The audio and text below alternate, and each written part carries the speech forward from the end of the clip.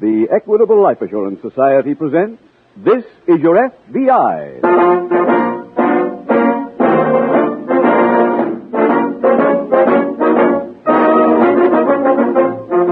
This is Your F.B.I., the official broadcast from the files of the Federal Bureau of Investigation.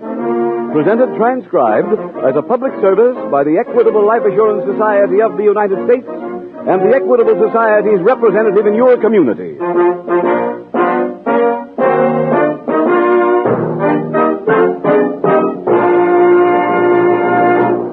AHO.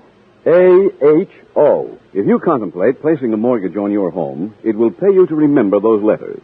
They stand for the Assured Home Ownership Plan of the Equitable Life Assurance Society. A money-saving home-saving plan designed to speed the day when you can say, "No mortgage on my house. I own it free and clear." If that appeals to you, please listen carefully in about 13 minutes for full information on the Equitable AHO plan.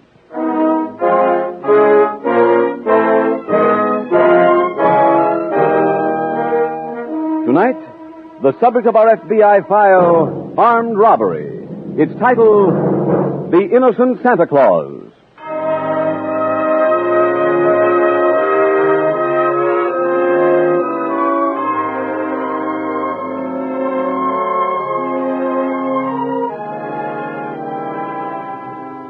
Nearly all criminals are emotionally childish, undependable, and unscrupulous. Some, like the characters you'll meet in tonight's dramatization from FBI Files, are more vicious than others. But make no mistake about it, the dashing and charming Robin Hood types are few and far between. Criminals taint with unhappiness the lives of all those with whom they come in contact. The little niceties of life, the decent, courteous kindnesses, the Christmas spirit itself that make up normal people's lives are completely foreign to the vast majority of them. Whatever they do is for themselves alone. One of your FBI's major purposes in bringing you these programs is to present the underworld as it really is, without glamour, without sentimentality.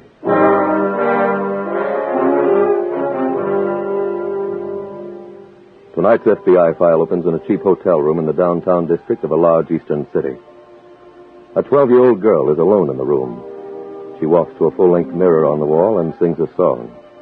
When she finishes, she bows to the mirror. Thank you, ladies and gentlemen, for your kind applause. That was a great act, but we've got a long show. So let's meet a star who needs no introduction. Wait a minute. I didn't hear you come in. Honey, you ought to know better than to try to bring on a star that way. Oh, but I was just trying to have what theater were you playing? the one I'm named after. All right. You're on the stage at the Roxy. A sensational flash act has just finished. Mm-hmm.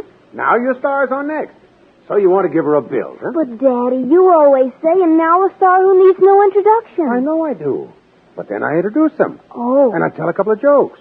Like, as I was coming in the stage door tonight, a bum came up and asked me for $2 for a cup of coffee. And I said, $2 for a cup of coffee? Why, you can get one for a nickel. And he shrugged his shoulder and says, well, can I help it if I'm a big tipper? Now you got the audience going, see? So you slug him again. Mm-hmm. You say, that bum is sure crazy. I met him yesterday, too, and he asked me for $8 for a piece of pie. And I said, $8 for a piece of pie? Why, man, you can get one for a dime. And he shrugged and says, mister, do I tell you where to eat? Now they're warmed up, see? And you bring on your star. You get it? Oh, yes. Oh, say, anybody call me? Oh, Pete Morrow. Pete Morrow, what do you want? I don't know. I got the message at the desk. Hey, maybe he's got some action. Gee, Daddy, you think so? Well, he's my agent, Eddie. He wouldn't call to find out how I was. Hey, maybe they need some next to closing insurance at the palace. Can be anything. Wow-wee. Well, come on. Hit me with a good luck kiss and I'll go see him.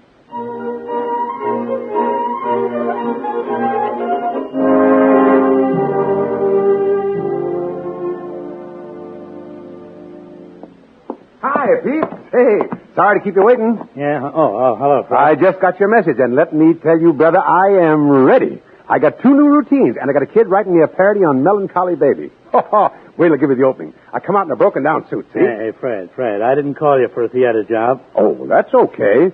I do just as good in nightclubs. I'll just move the song up. Wait a minute, Fred. This ain't a nightclub job either. A guy uptown called me this morning, and he's having a Christmas party for some kids at his house tonight. He wants a guy to play Santa Claus. And you called me for that? That's it. Now, look, Pete. I know Vaudeville's dead, but there's still a lot of places where I can... There's $25 in it. Well, look, I give my dresser more than that. Fred, look, I better level with you. Vaudeville ain't dead, but you are. I couldn't book you in a charity bazaar. You couldn't book Abraham Lincoln at a patriotic rally. You want the job or not? No. Okay, then I'll get somebody Well, else. go ahead. Oh, Fred. By the way, how's your kid these days? Great. Good. I'm glad to hear it. She eating good? Well, sure. I got to cut her down. She's getting a little heavy. Well, she's even... Yeah? Even what? Okay. I'll do it. Your Santa Claus outfit's right there in that box. The car will pick you up in front of your hotel at 7. Now, you'll be ready.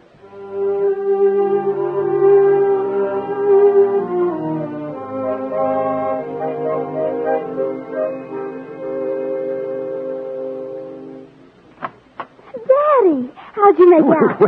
Wait till I get rid of this box. Oh. Now I'll take that hug. Oh, Daddy, what happened? Well, Pete Marra told me Oscar Hammerstein says he positively can't do his next show without me. And so that put Pete in the spot. Why? Well, Max Gordon's got a script. And he told Pete if I don't do it, he'll never hire another actor from him. And... Oh, the spaghetti! Oh. Oh. Did you burn yourself? I'm sorry. I didn't keep watching and the water all boiled out and the spaghetti's ruined.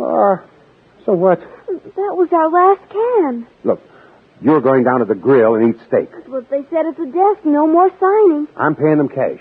Now, go ahead. Go on. Aren't you eating with me? No, honey. Where are you going? Well, you see, Oscar Hammerstein is crazy to have me in the show he's doing, but the Angels don't know me. So Oscar asked me if I'd do him a favor and audition. Oh. Well, you never saw a guy so sorry in your life asking me to audition. But I told him I don't mind. I knew the spot he's in. Can I go? Oh, no. Not tonight, honey. Now hit me with a good luck kiss and run down and have your dinner. That's it. Now, go ahead. But, Daddy, I always thought when they did a show, they hired the actors before they bought the costumes. Well, they do. Then how come Mr. Hammerstein had your costume already? Huh? On that box it says Santa Claus costume, size 42. Oh, that. Well, you see, after the audition, I'm going to play a benefit. Daddy? Okay. I never could con you. You want to know what a big star your old man is? I'm playing Santa Claus at a kid's party uptown. You're playing Santa Claus? Yeah. Oh, that's wonderful. Daddy, that's great. Santa Claus is the biggest star in town right now. Who's bigger? Well... Oh, Crosby, the Lone Ranger? They're nothing at Christmas time. Santa Claus and his reindeer are headliners. Maybe you're right. Of course I am. It's perfect casting. They finally got a star playing a star's part. Don't you understand? Yeah, I understand. Thanks, honey.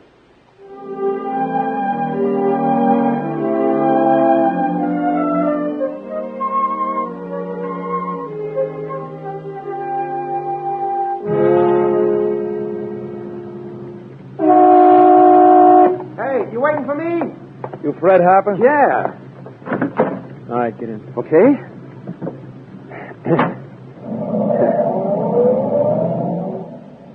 Hey, who's throwing this party? Mr. Colwell. You his chauffeur? Uh-huh. Hey, look, I never worked a thing like this before. You mind if I try a couple of gags on you?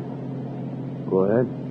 Well, I figure I'll walk out and say, I know Santa Claus is supposed to come in through the door, but them chimney sweeps have got a real strong union.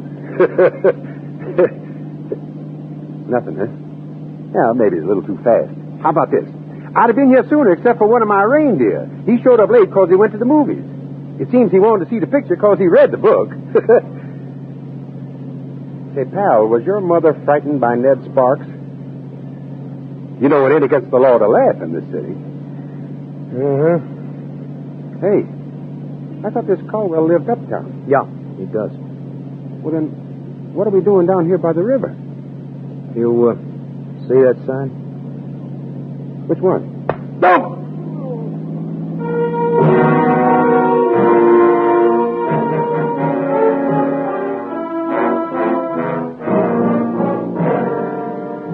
The following day, on a street corner near the local F.B.I. field office, Special Agent Jim Taylor meets Police Detective Mike Wolf. Hey, Mike. Oh, hello, Jim. I just come up to see you. Oh, what about? A jewel theft last night. Where? Uptown. The home of some people named Caldwell. Huh? What's our jurisdiction? Interstate transportation. These Caldwells live in a big house on the heights just off the approach to the Huntington Bridge. You know where the Cloverleaf turn begins. Yeah. Well, they were having a Christmas party last night for their children and some neighborhood kids. Mr. Caldwell went all out and hired an actor to play Santa Claus. Santa Claus stuck up the place. Oh, no. Yeah. Tied up the children, the Caldwells, and the help, and then he emptied Mrs. Caldwell's jewel case. Hold it, Mike. The light's against it.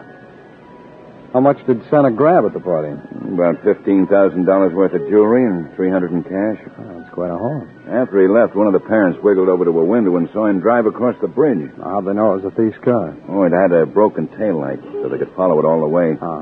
The alarm's already gone out on the car. Come on, I'm going. Mike, any prints found around the place? I haven't been up there yet, but I doubt we'll come across any. Part of the Santa Claus outfit was a pair of rubber gloves. Oh, I see. We won't need the prints for identification, though. We know who Santa Claus was. How? Mr. Caldwell told me he was hired through a theatrical agent named Pete Morrow. I contacted Morrow and learned that he sent an actor named Fred Harper. Find out where he lives? Yeah, at the hotel vending. I called there, but his room didn't answer. You interviewed the victims yet? No, I was going to do that now. Okay. I'll go over to Harper's hotel.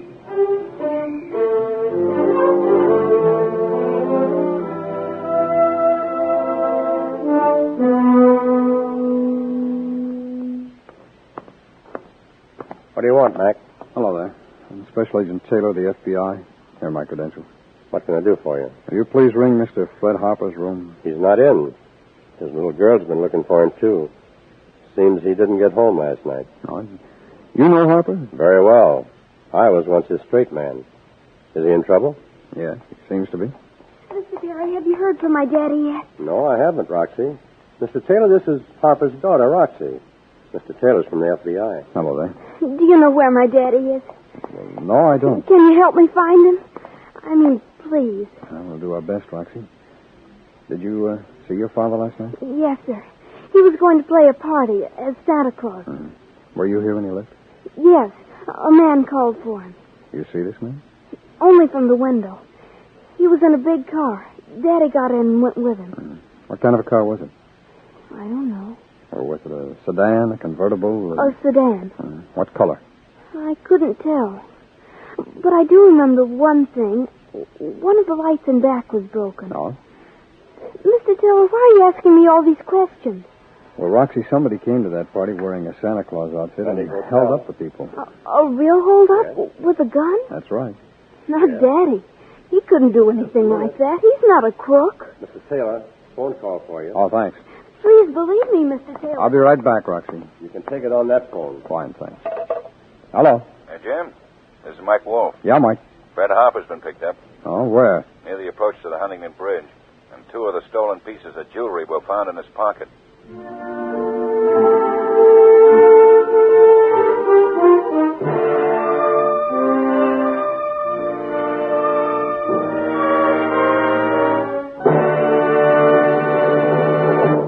We will return in just a minute to tonight's exciting case from the official file, which shows how your FBI helps promote America's security. And now, listen to the most important security letters in the lives of thousands of homeowners. A-H-O.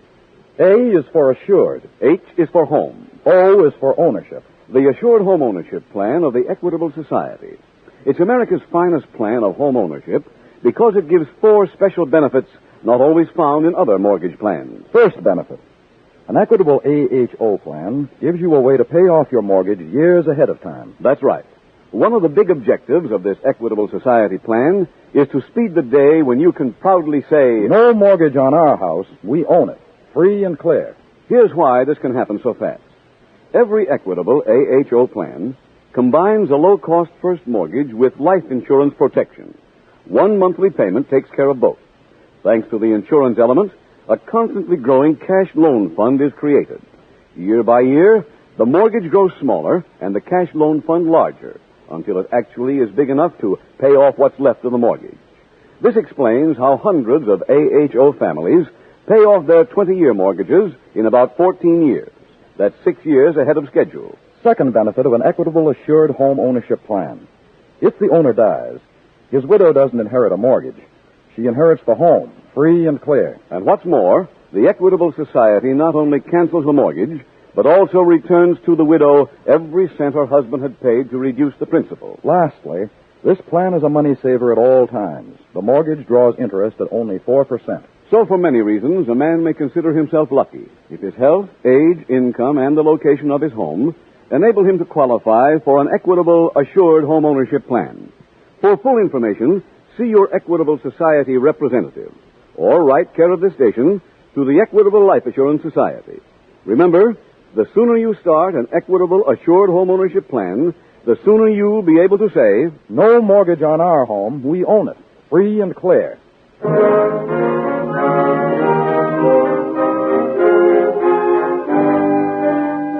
And now back to the FBI file, The Innocent Santa Claus.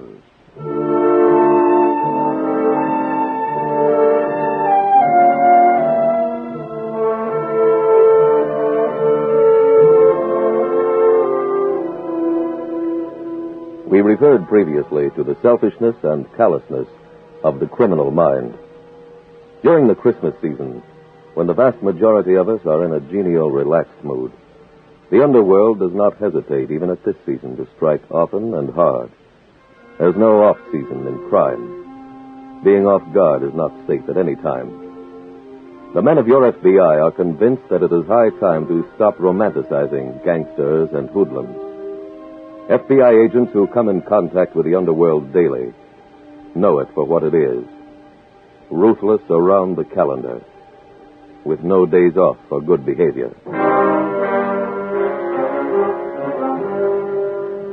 Tonight's FBI file continues in the hospital ward at the city jail. Special Agent Jim Taylor is interviewing Fred Harper. Mr. Harper, you insist that Mr. Caldwell's chauffeur knocked you out last night? Don't these lumps on my noggin prove it? But Mr. Caldwell says he has no chauffeur and never sent a car for you. Well, whoever the guy was, he belted me out. And that's all you can tell me. Mr. Taylor, do I look like a guy who'd stick up a kid's party? Well, unfortunately, looks don't mean a thing. But I've never been picked up even for jaywalking. The only record I got is in the back issues of Variety. Are you sure you can't remember anything about this man? Well, he's a tough audience. What do you mean?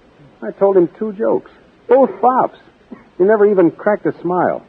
Look, my agent can prove they sent a car for me. Pete Morrow in the Central Building. Yes, I know. Detective Wolf spoke to him. He claims he gave you the Santa Claus outfit and Caldwell's address, and you were supposed to get there by yourself. Well, he's a liar. Well, his word is better than yours right now. Why? He didn't turn up with any of the stolen jewelry on him. But I'm being framed. No, you're not. This case won't be closed till we find the rest of that jewelry.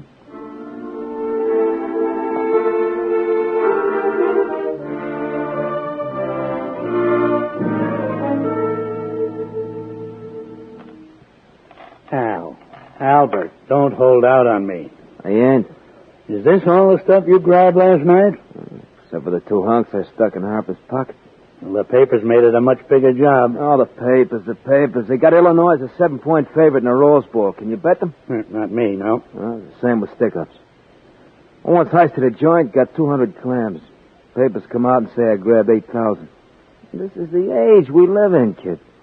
Now, you're going to get the fence there, huh? Well, I'm not going to tell you that. Well, why not? Well, because the next time we do a job, you might take the loot straight to him. Well, I wouldn't do that. Well, let's leave it this way. You don't mind, eh? I suppose I do. Well, it won't make any difference. Yeah, then I don't mind. Fine. You call me tomorrow, and I'll tell you how much we're cutting up.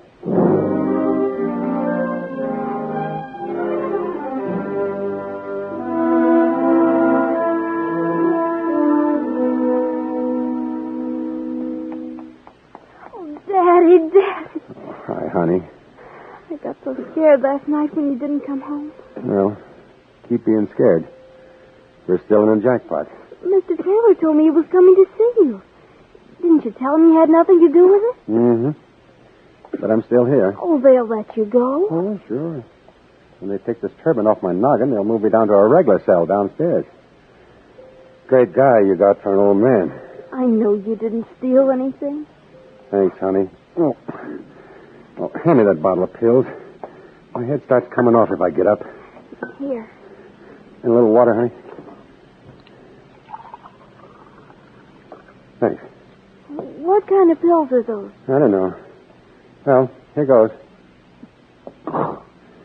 Ooh. They taste like chopped up theater tickets. Nothing, huh? I just don't feel like laughing. Daddy, will you be out Friday? I doubt it. Why? I promised my teacher. Promised her what? Well, the school Christmas play is Friday. I told her you'd be there. Oh, that's fine. But I'm such a hit here, I think they'll hold me over. But I told my teacher what a sensational Santa Claus you'd do. Daddy, we've got to figure some way to get you out by Friday. Well, if you get an idea, cut me in for half. Isn't there anything we can do? Sure. Just keep hoping, honey.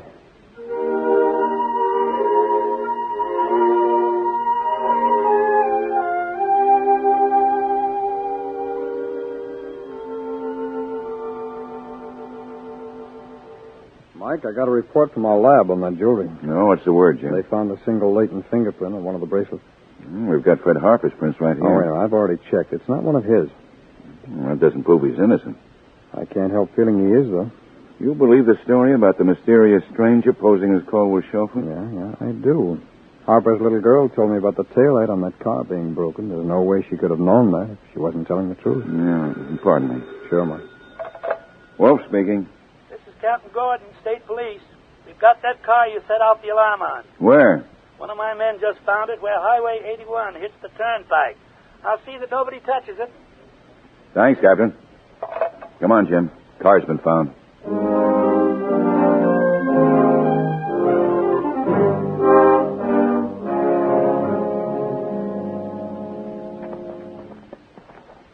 Yeah, that's the car, all right, Mike. Mm-hmm. There's the broken taillight. Yeah, let's see what's inside. Mike, look here in the back seat. Huh? Santa Claus outfit. The pants, shirt, hood. There's the whiskers on the floor. Any labels? Take a look. Yeah. Yale Costume Company, but that's no help. Harper's agent admits running this suit. Well, suppose we go through the trunk. Oh, wait a minute. I'll look up front first, Mike. Right.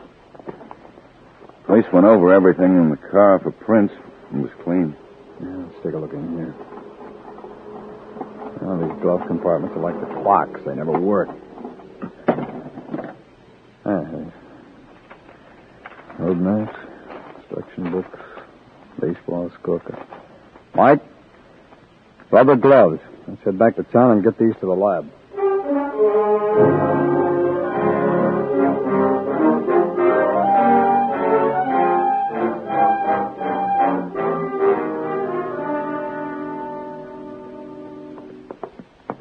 Hello, Pete. Well, Fred, how come they let you out? Mr. Taylor here can tell you. Oh, Taylor? Yes, I'm a special agent of the F.B.I. I'd like to ask you a few questions, if I may. Sure. Anything. Sit down. Thanks. Now, Mr. Morrow, you told Detective Wolf you made no arrangements to have Harper picked up the other night. Yeah, that's right. We found that car yesterday. The one he used in the stick-up? Well, the one that was used, but not by Harper. We also found the gloves that were part of the hold-up man's costume. Oh, so? So our laboratory got a full set of prints off the inside of those gloves.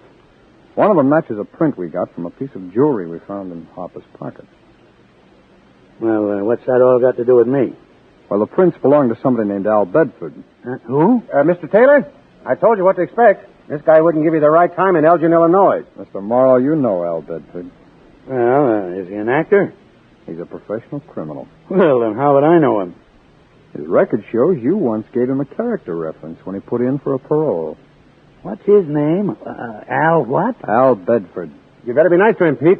Maybe he'll give you the job booking talent on those prison shows. Say, I don't know what either one of you guys are talking about. Oh, hi, Mike. We caught Al Bedford. I just got a full confession from him. Mr. Morrow here was his partner. Oh, that's a lie. Hey, Mr. Taylor, that clears me now, huh? Yes, it does. Then I'd better call my kid and find out if there's still time to do that Santa Claus bit. All right. Mike here can drop Murrow off at the city jail. I'll go with you.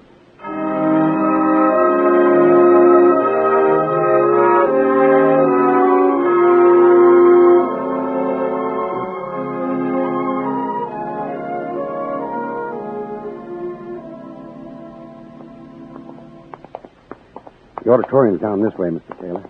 That's a pretty big school. Mm-hmm. It's got the biggest stage of any school in town. That's why Roxy goes here. No? I think she's majoring in proscenium arches. What time you got? It's 4:50. Hope we're not late. Hey, you want in on a secret? What? I'm scared. Scared of what? Walking out on that stage in front of 2,000 kids. Oh, you've been on plenty of stages. Yeah, but what do you do with Santa Claus? You can't get hokey. You got to play him straight. Oh, I guess this is the stage door. I saw 4 kids walk in here wearing halos. Oh, it started. Yeah. Guess they got tired waiting. Can't blame them. You see a little girl around the room? No. Look, And what? the old man in the Santa Claus costume over there. Well, come on. Hey, where you going? I've been canceled. Daddy. Honey. Honey. You made it, Daddy. You made it. Yeah, look, honey. Mr. Taylor and I are going out front now and catch the show. Oh, fun. Well, we don't want to hang around backstage here and get in everybody's way. But you're Santa Claus. We can't do the show without you. Now, baby, don't let me down easy. There's Sam Whiskers sitting over there on that trunk. Oh, that's the janitor. He was standing in for you till you got here. Well, why don't you let him do it? He's got no Santa Claus material. Daddy, you promised me. Yeah, but suppose I lay an egg. You? Oh, Daddy, you're teasing me. Okay, I'll do it. I think I'll go out front to watch this. All right, and thanks again, Mr. Taylor. You're very welcome. And Merry Christmas. And the same to both of you. Oh, let's make it bigger. Let's make it Merry Christmas to everybody.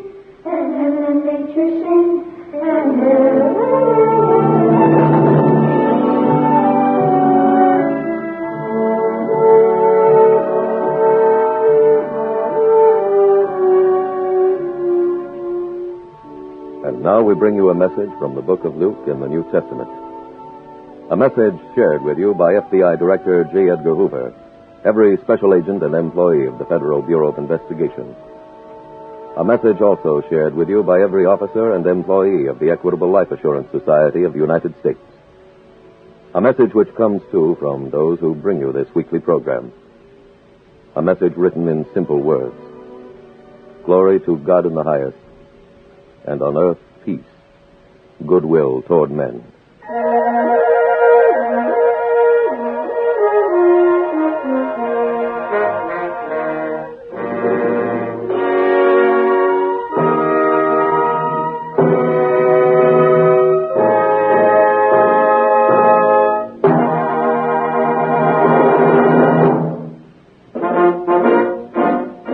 The incidents used in tonight's Equitable Life Assurance Society's broadcast are adapted from the files of the Federal Bureau of Investigation. However, all names used are fictitious, and any similarity thereof to the names of places or persons, living or dead, is accidental. Tonight, the music was composed and conducted by Frederick Steiner. The author was Jerry D. Lewis. Your narrator was William Woodson, and Special Agent Taylor was played by Stacy Harris. Others in the cast were Anthony Barrett, Walter Catlett, J.C. Flippin, Tony Hughes, Bill Johnstone, and Ann Whitfield. This is Your F.B.I. is a Jerry Devine production. This is Larry Keating wishing you a Merry, Merry Christmas from the Equitable Life Assurance Society of the United States and the Equitable Society's representative in your community, and inviting you to tune in again next week at this same time to This is Your F.B.I. Stay tuned for the adventures of Ozzie and Harriet. There's fun for the whole family when Ozzie and Harriet come your way next. This program came to you from Hollywood.